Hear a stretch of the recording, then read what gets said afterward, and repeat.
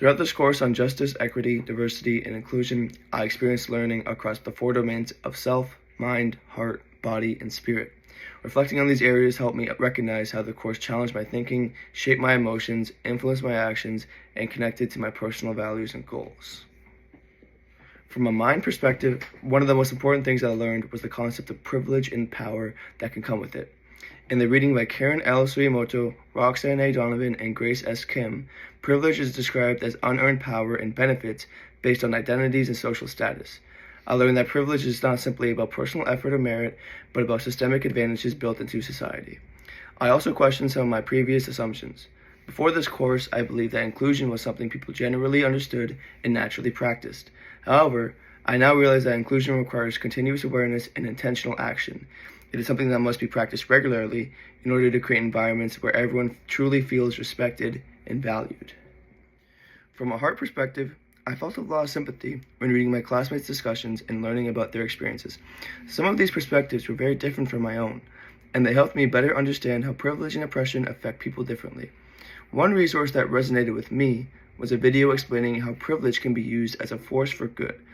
It discussed actions like listening, uplifting diverse voices, speaking up for others, and protecting people who may experience marginalization. These ideas helped me emotionally connect with the responsibility that can come with privilege and the importance of supporting others. Looking at the body domain, this course has changed how I behave and interact with others in my daily life. I now find myself thinking much more about the social dynamics around me.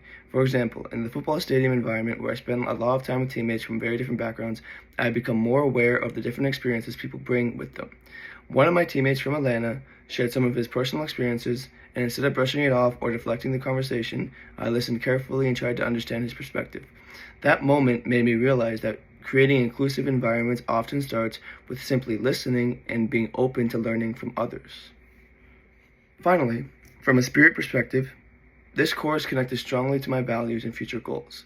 As a marketing major who hopes to become an entrepreneur, I now see leadership differently. I believe that any successful workplace or organization must actively incorporate justice, equity, diversity, and inclusion into its culture. This course helped me understand that leadership is not just about making decisions or achieving results, but it's about creating environments where people feel respected, heard, and supported. Overall, this course challenged me intellectually, emotionally, and personally. It helped me understand that using privilege responsibly, listening to others, and practicing inclusion are essential steps to building more equitable environments in both my professional and personal life.